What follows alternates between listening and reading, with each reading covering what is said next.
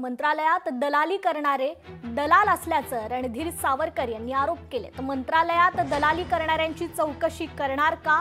भाजप आमदार रणधीर सावरकर यांनी हा सवाल उपस्थित केलाय।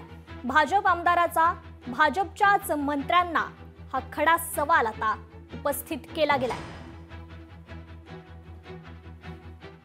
या कंपनीच्या व्यतिरिक्त 20 अधिकच्या कंपन्या ब्लॅकलिस्ट केल्या।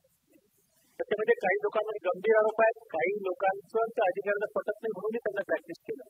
या ब्लॅकलिस्ट झालेल्या 20 कंपन्यांची यादीची फेरतपासणी करणार का? हा एक व्यवस्था पाहणारे अधिकारी याच्यात एकच गोष्टी नाही का? हे जेव्हा चालू होतं सत्ताच्या 3 महिन्यापासून तो अधिकारी भोपा काढत होते का? म्हणून त्याच्यामध्ये स्पेसिफिक मला सांगतो मी सभागृह हवा हा जो अंकुरा ॲग्रोचा मालक आहे नाना वराळे त्याचं काम काय?